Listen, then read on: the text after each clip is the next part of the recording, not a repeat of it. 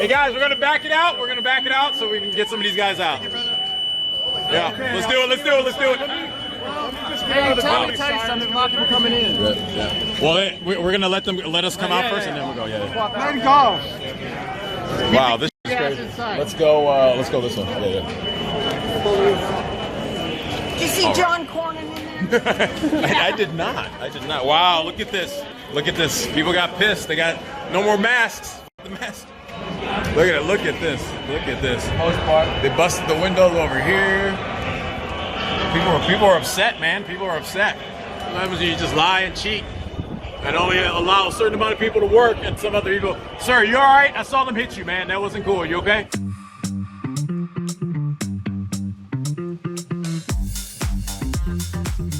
You might recognize Siaka Massaquoi. He's been on this show a couple of times, but he's also done films.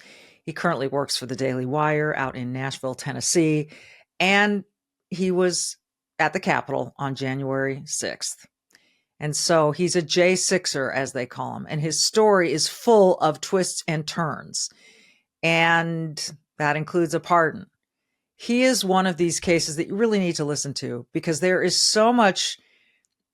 so many people wrapped up into that day and this massive fishnet thrown out there to catch all of them, that a lot of really good people got caught up in the shuffle, and he is one of them.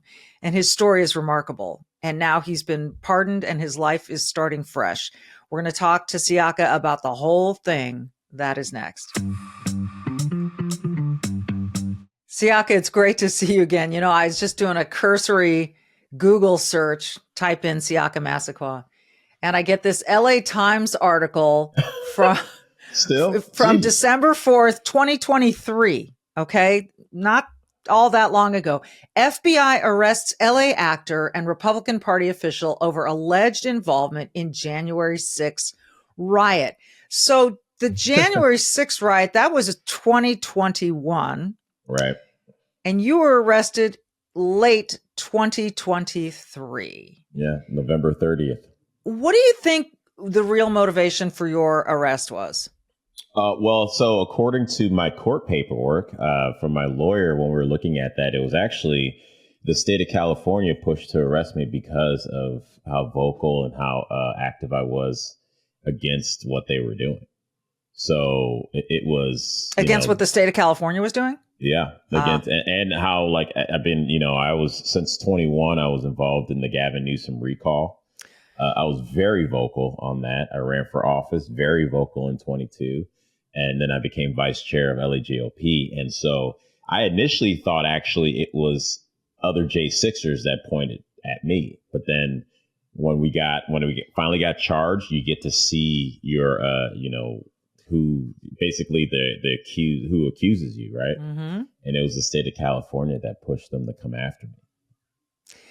That's an incredible twist to this story that that you and I hadn't talked about before. Yeah, but let's start at the beginning. I mean, you've been politically active. You've been on our show before and talked about this. But you're also an actor, a musician, as we can see behind you, and a dad. Your most important thing. Yeah, of your super important. Yeah. So, but on January 6th, you decided to go to the Capitol. Mm-hmm. You decided to go to that whole thing on the ellipse, listen to the president. What motivated that, Siaka? Well, so I had been to DC 2 times before. One was for a Blexit event. Blexit was that, blacks leaving the Democratic Party. Right. And then I went to another event, which was right after the first MAGA event that they did there, where you saw videos of people getting beat up. Right. And I went to the second one after that. And that one felt like a festival for America is what I like to call it. It was that fear wasn't there. The videos they showed wasn't there. Everyone was just kind of it was really just nice and fun and easy. Felt super safe. So January 6th was honestly, and I'm a big history dork nerd, like I actually, before I fell into acting, I was going to be a history teacher. That's what I was like. That's what my focus was. I love kids and I love history. So I just knew, I was like, man, history's going to happen that day. I want to be there for it to see what happens. And because I, been in media for almost 20 years at that point, I go, everyone's going to have their own cameras. So the media won't be able to spin any type of crazy story that without the truth being there. that's really the reason I went there. I didn't go there because Trump was going to say something that was going to change everything, because the process was kind of going.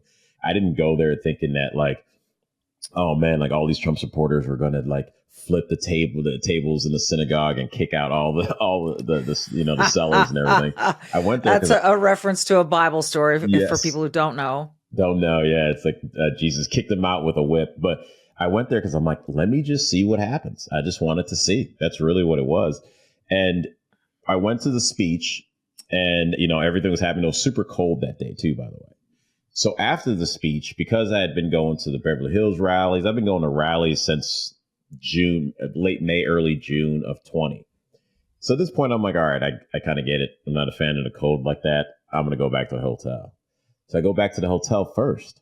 Now, what motivated me to go down to the Capitol was the fact that I turned on the TV and I was like, let's see what the other side is saying about us. That's what I wanted to see.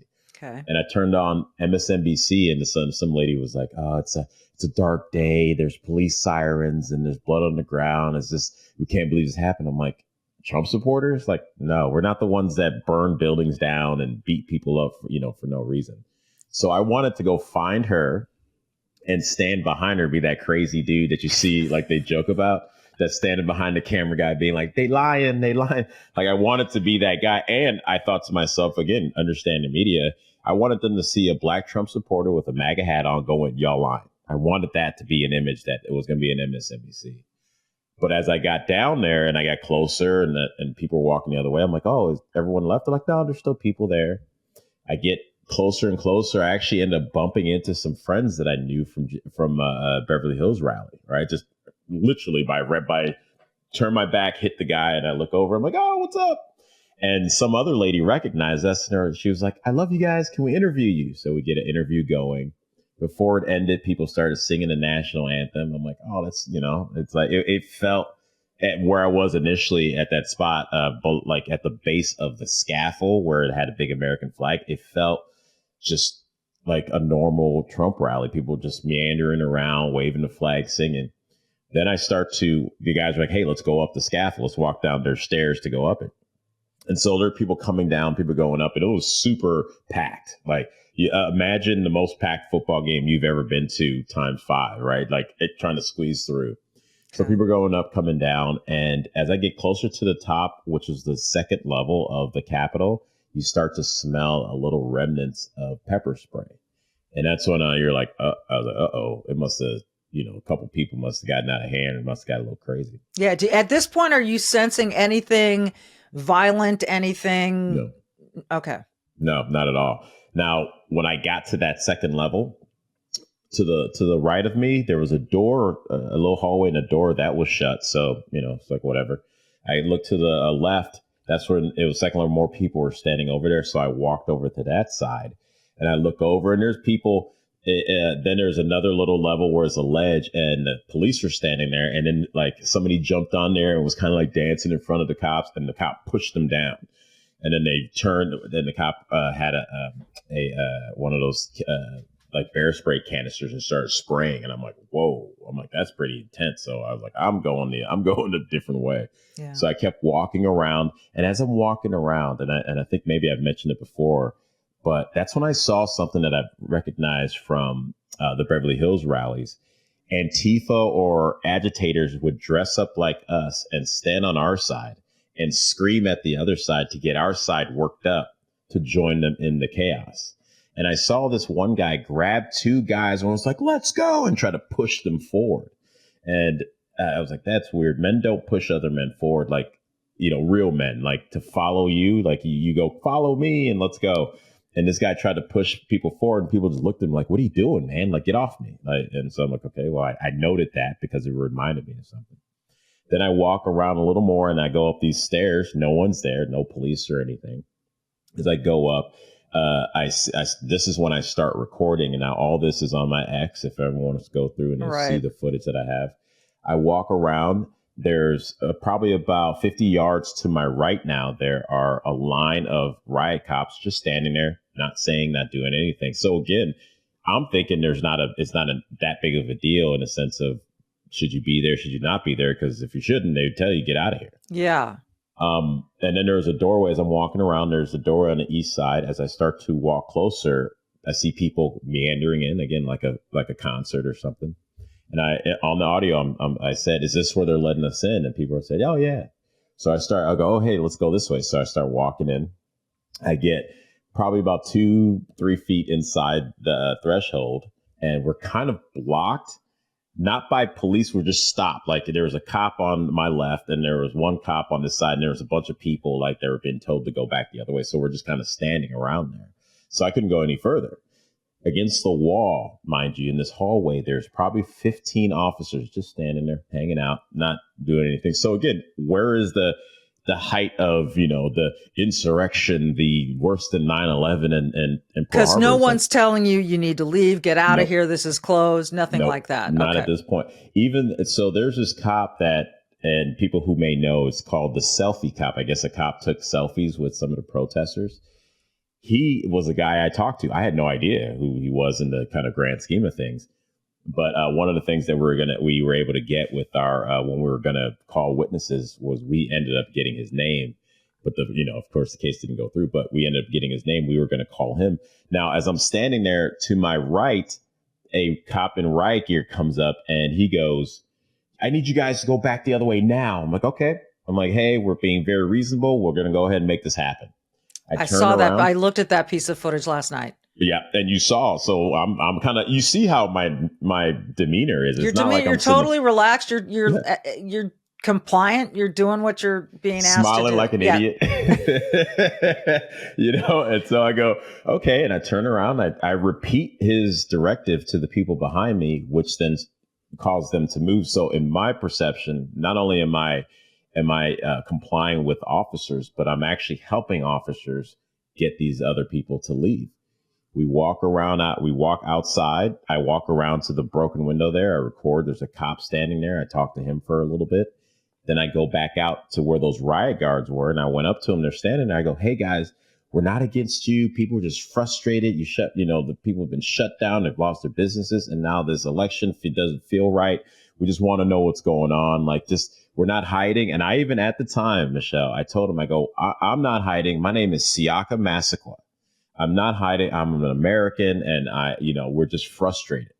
And they didn't move one bit. And I was like, "All right, well, see you guys later." So then I left. I think I ran into a couple other people I recognized, took some selfies, which then they used in there to be like, "Look, he was being a certain way about it." And then I walk around to the front area. I see another guy try to push people forward again. So I saw 2 different people try to do that. Mm-hmm. Then I left. I was like, "Okay, that's it." And as I'm walking down the street right away from just a few feet from the Capitol, I look over to my right and I see the cars parked on, just in the parking spot. None of them were even touched. And I jokingly said to some people who were kind of walking, around me, I go, "Man, if this was a BLM ride, all these cars would be on fire right now." And everyone starts laughing. I get back to the hotel room, fly back to LA the next day, didn't think anything of it. And then, everything started going down from there. When you saw the portrayal, particularly this made-for-television production of, January 6th, that people said was so important that we all look at this as an insurrection, it's worse than 9/11, blah, blah, blah. Right. As you were seeing the way that it was produced, what went on in your mind? How were you reacting in real time as you saw that being presented? Gold and silver are a great way to hedge against all the nuttiness in the world. The world has gone bananas. You want to protect your wealth. You want to protect your finances. I would suggest you give American Independence Gold a call, and you can do that. I'll give you the number in a second, but you can also do it online.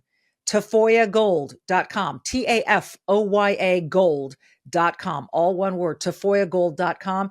Here's the phone number, 833-324-4653, 833-324-4653, because for generations, gold and silver have been the ultimate safe haven.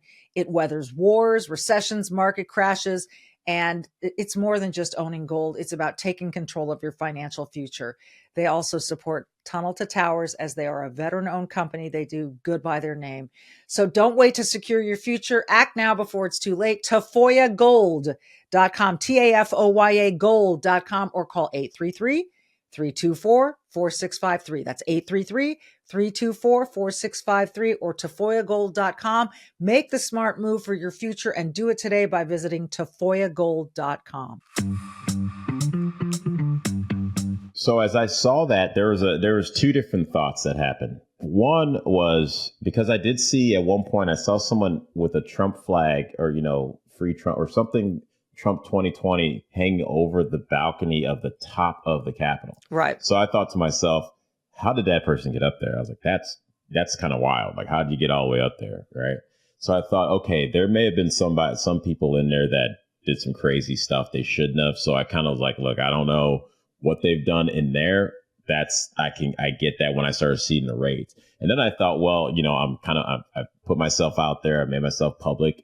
Everywhere you've seen me, I've never been in tactical gear. Right. So I thought, well, I'm not one of those, right? That's what I was thinking. I was like, they're probably just going to go after people who got extra aggressive. And I'm like, I've never been like that. I'm fine. So I thought those two things, but I did feel like this is going to come a little heavy. So it was like, they're going to go after people who were being violent, which I thought. And I was like, yeah, that's pretty normal. I get it. If things happen, that's what you got to do. But then I thought, well, I should be fine because I'm out there. I'm cracking jokes. And any video I have, I'm walking around with a, shirt. You're identifying yourself. You're exactly. not. Yeah. And then as things started getting crazy, and when I saw the raids, I was like, well, that wouldn't happen to me because I didn't do anything about it. That's what I thought, to be honest with you. I was like, nah, that's not going to happen to me until June 10th. And we had the pre-dawn raid and 15 agents came into my home, guns drawn. And I'll never forget that thought as I hear FBI being screamed throughout my house. And I'm kind of waking up from a dream. And I'm like, you kind of hear it in your dream, but you hear it, you're sort of coming back to consciousness. And you're like. So this was June 10th of 2021? Yep.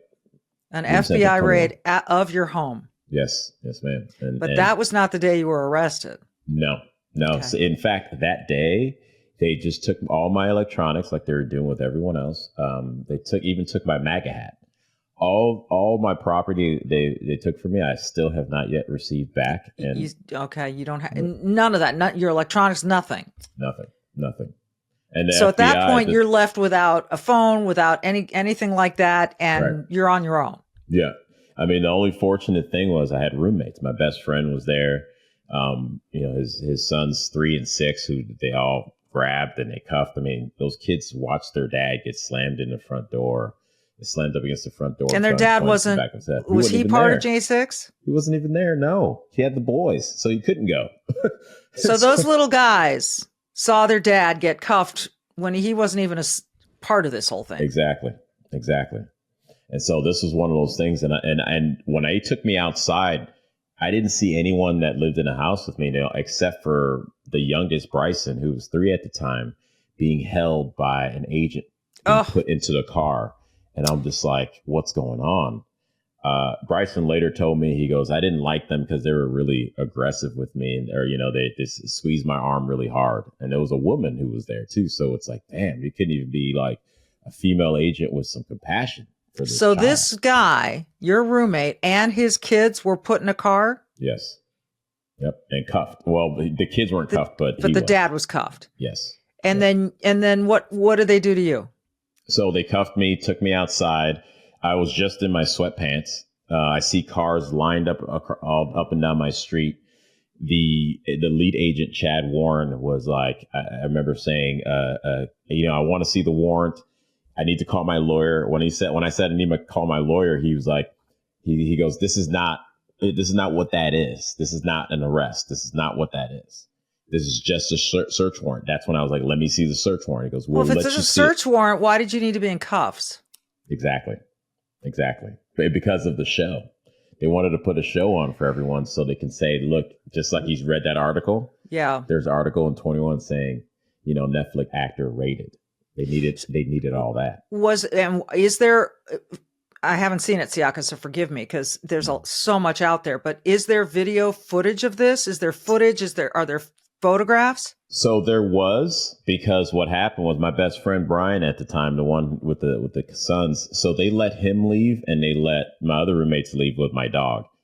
When he came back, he started a live on Instagram and we had a page called Chief and the Americano. And he started a live when they were kind of they're all like filing out. Now, Instagram, because months later I did basically an expose about a gut and amend bill with a lawyer, Nicole Pearson, and another friend of mine, Simone Alex.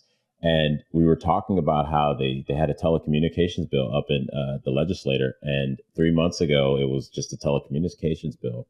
But in that 3 month time, they took out all that information and put COVID restrictions in there. And so we were talking on Instagram about, hey, guys, like, call your legislator, tell them you don't want this because it's a trap. The next day, Instagram took down all our footage. They took down our page completely. So it's there, but it's with Instagram now. So. Wow. Yeah. All right. So cut to the pardonings. So where were you? Did you get any when this was going to happen? Well, for months now, I've been telling you about Sleep Cream, and I'm not going to change my tune because it still works beautifully for me. It is a CBD-based product that I apply to my insides of my wrists, maybe the bottoms of my feet at bedtime, and it helps me sleep. So yeah, I know it sounds too good to be true. I was a skeptic, and then I tried it. You know who else tried it? Veronica M. She said it really works. I was not confident using this because I've tried many CBD creams for sleep and have had no results. However, this cream, the 3,000 milligram cream, very quickly relaxed me and allowed me to sleep at least 5 hours. It has no side effects, no morning grogginess. I can attest to that as well. Nothing, just good, relaxing relaxation. I rub 3 pumps onto the bottoms of my feet and wrists and wait for the peace to come. This cream is a game changer for the sleep challenged. It was for me too, Veronica. It was a game changer. And that's why it's on my nightstand and I use it every single night. Sleep Cream. Listen, give it a try. If it doesn't work well for you, you can just get your money back. Guaranteed. You don't even have to send the product back. Go to sleepcream.com, and cream is spelled CREME, sleepcream.com. And for the next few weeks, use the code GAMEDAY, all one term, at checkout for free standard shipping on your first order. Sleepcream.com, sleep CREME, code GAMEDAY for free standard shipping off your first order. I think you're going to love it. So where were you? Did you get any when this was going to happen? Well, yes, because, Trump had said, he started saying it more consistently right before he was elected that he was going to pardon J6ers. So we were excited about that. And my 2 lawyers, one of my lawyers, John Gross, he had been working on multiple J6 cases. So he was connected more to the new administration. And he said he's talked to Trump people. It's going to happen. It's going to happen. So if Trump wins, it's going to happen. So Trump wins. As soon as Trump wins, my other lawyer, Steve Salter, he goes, okay, let me file to the lawyer or to the judge, because my court date was set. First, it was October 15th, but got pushed out because of a Jewish holiday to January 21st, the day after inauguration. So then we go, hey, he won. He said he's going to do this. Can we, at the very least, push the case out to like April, just so we can stop? Because my lawyers were still getting charged. Like every time, you know how lawyers are. Phone call, all the different filings, you're still getting charged. Yeah. We wanted to get a assurance the case is just going to go out far enough that they can stop work. The judge was like, no, nothing's official. I didn't get anything official. So no, those are just like hearsay, basically. So we're like, okay. So he gets in there. He starts doing more interviews saying day one. We try again a second time. Judge is like, no, nothing official. Then we have our pretrial hearing on, I want to say it was maybe the 12th or 13th of January. And we're like, look, he said he's going to do this. Let's just push it out. She actually had jury duty and was going to say, hey, we can push it out or do it on the 22nd. The U.S. district attorney said, no, we're ready to go. They were like, we don't care. We're going to do this thing. And we're all just kind of like really baffled because my case was just 4 misdemeanors. It had no felonies on there, no violence on there. It was just the basic, misdemeanors that they wanted to put on everyone. And they were ready to go. So, Michelle, I was in D.C. on that inauguration. I had to go out there, still fly out there with my wife and my child. and we know the cost of that because it was inauguration, week. So that was going to everything go up. But fortunate enough, I got a chance. I was asked to MC the Oregon Republican Party inauguration party. And so I was there emceeing a party for inauguration. So I was in this mixed bag of like, yay, but do I have to go to court tomorrow to do our first day of, jury selection? And as I'm there, it was probably about halfway into the party. I get a text on my phone and I look at it and I see it says January 6th pardon go out to all January 6ers and even, cases that are going through. So I'm just like it is this weird feeling because I'm at an event with a bunch of other people. Ultimately, I really just wanted to be at home with my wife so we could just kind of be by ourselves and take it in. Because Charlotte's been with me since, she's been with the whole time she's been with me. I've had this cloud over, so she's never been with me without this being a real thing in our life. And so I can only imagine the relief that she felt. Oh, she was in line getting food for me because I was in the back in the green room. So she was in line getting food and I'm running around looking for her. And I go, baby, and I'll go up to her. And I show her, I go, it's over, and we just gave each other this big hug. And it kind of felt like those scenes in a movie where it's only you two that existed for a while. Right. And I'm starting to be emotional and trying not to completely lose it again because you've got a job to do. Yeah. And been there.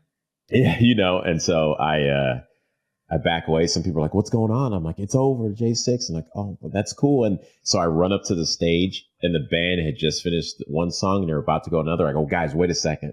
And I jump up on stage and I think actually I sent you the video where I go freedom and because I explained to him, I go, it's over, guys. Jason should have been, and my case has been this, or we've been pardoned. And I just go freedom, and everyone's like, yeah. And so it was that moment, and it just became like, we danced and we were singing, and people were coming up and shaking my hand, people were giving. It was just so amazing, and you also, which got me was how other people saw it. Mm-hmm. It was really interesting because people, and I wasn't fortunate enough to be locked up for too long at any moment, but people were just like, thank you for standing up. Thank you for doing that. And you're just like, whoa. You carried some weight, and that's not easy. And I think people appreciated that. There were people who went through prison sentences and still locked up. Still are, even though they've been pardoned. Yeah, there's a couple people who are still locked up that the DC jails won't release because of what they did to them. They don't want them out talking. Because of what happened inside the jail? Yep. And they don't want those people to go talk? Yep. They want them to sign non-disclosures. There's a few people, actually. So in order to get out, they want them to sign these NDAs. And are these people refusing? Yep. Of course they are. I mean, they've gone through this whole thing and now they're going to give up just to hide the truth. No, they want people to see exactly what's going on. You see, there's I did not realize that the people were still sacrificing themselves that way. Like you would think, you've been in prison. Yeah, I'll sign whatever you want me to sign. Just get me the hell out of here. Right. I've been pardoned. I want out. I'll sign it. But they're refusing to do that. Yep. There's a couple. There's at least one other guy. Let me get his name really quick for you. Yeah. It's pretty wild because, and there's places that have been fighting people. There's also different counties around the country who've had J6ers. They've been released, but because like one guy had a bong in his house, so then they charged him with illegal substances so that they could put him back in jail. So there are some people where they're looking for reasons to keep people still locked up. There was a lot of outcry, as I know you heard, from the left, and that too many policemen died that day. And one of the things that made me angry about that statement is that it's false. Yeah, it's not true. That day, police officers did not die. Nope. We know that there were cases of suicide. We know that someone had a stroke the day or two after. We know, but that keeps being brought up as though it's factual when it's not. Mm-hmm. When the two deaths that day were protesters. Actually, there were 4 deaths that day. On that day. Yes. So there was I'll give you the names. So We Ashley know Ashley Babbitt Babbitt. took a bullet. Right. Roseanne Boylan got trampled and beaten over the head consistently by one of the Capitol Police female officers at that. Benjamin Phillips and Kevin Greason were shot with pepper spray pellets, and the shock of that, they had heart attacks. Don't hear anything about them. You don't. Nope. I mean, certainly not in the no. Yeah. So they let's say their names again: Ashley Babbitt, Roseanne Boylan, Benjamin Phillips, and Kevin Greason.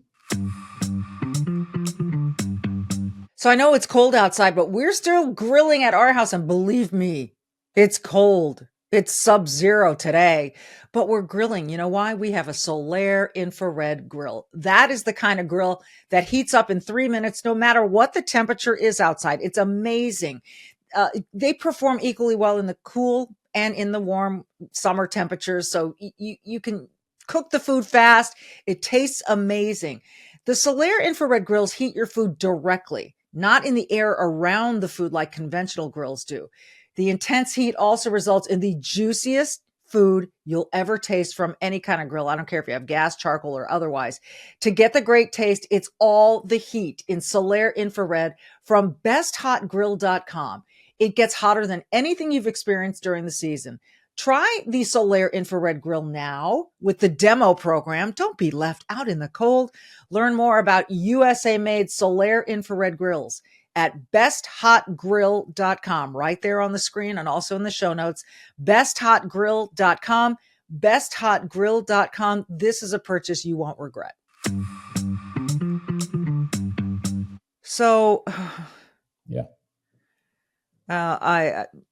And is that stuff documented, Siaka? Oh yeah, if you go and see Nick Searcy, a friend of ours, I know Nick. Yep, he did War on Truth. Yes, I think that's actually on his X still, which you can see for free. You see the footage. You see Roseanne Boylan trying to resuscitate her. You see the other two guys fall down and hold their chest after getting hit. You see guys who have holes in their cheeks because they got shot with these pepper spray pellets. They were just standing around, mind you. Mm-hmm. Now, my lawyer, when I was in D.C., showed me footage of people peacefully standing around. Then the D.C. Metro Police, who don't have authority to be there, come in and start to crack people over the head to push them back to make the perimeter. Then you hear officers willingly just wanting to shoot the most, I forget the name of the gas, but the most toxic spray. He's like, shoot it. Just shoot it at the guy in the scaffold. Go ahead. Like, we got to shoot. And this is something that to me was like God's grace, because they shot it, but because they didn't know how to use it, it bounced right back on them. And in seconds, these cops start running away, throwing up. So if they had shot it in the scaffold, what do you think would have happened to those people standing on the scaffold? Most of them probably would have fell off to their death. And this is nothing. This footage never made it into the presentation. Obviously, That was done on Capitol Hill. Right. I have seen Nick Searcy's film, and I would recommend it to people who.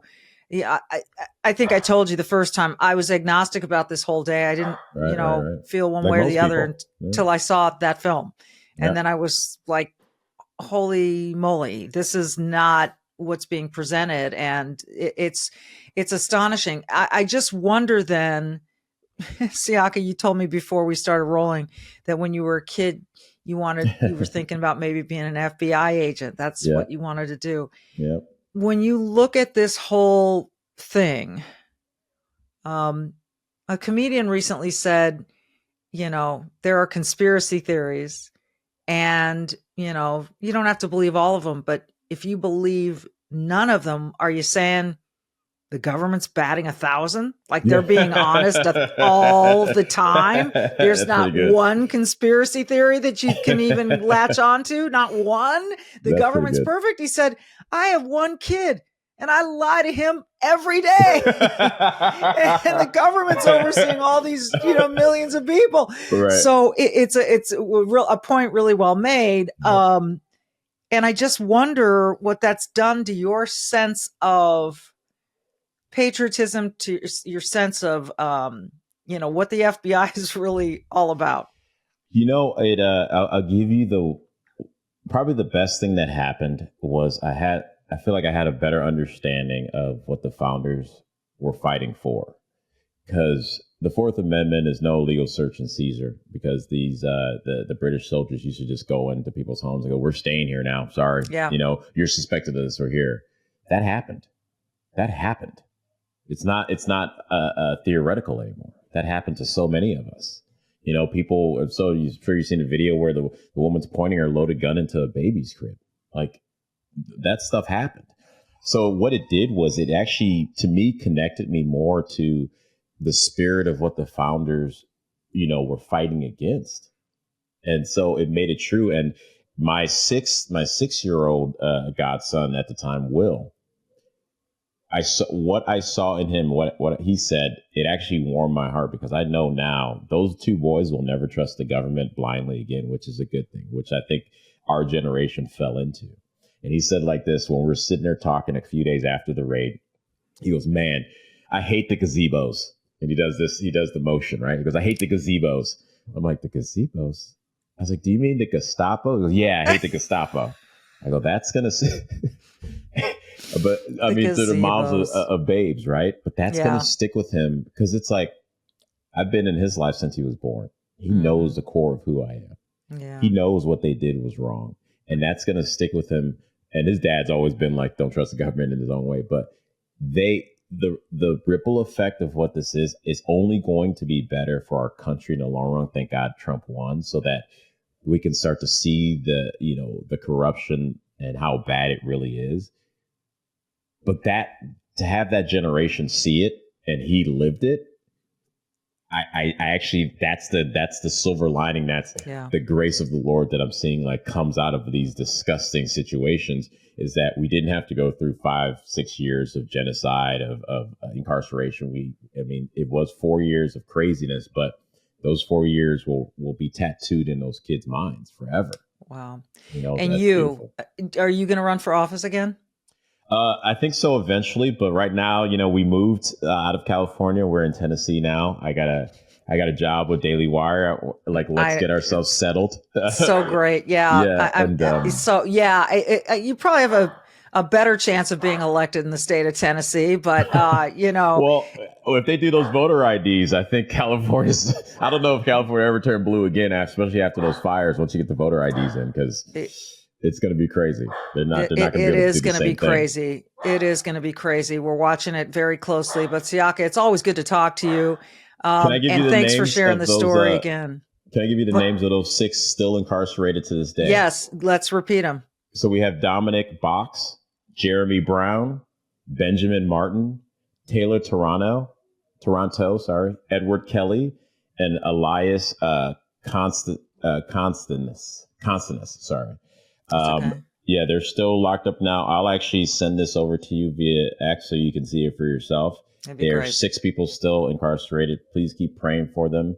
And if you want to help, because we still have $20,000 of lawyer fees left, go to defendsiaka.com, defendsiaka.com.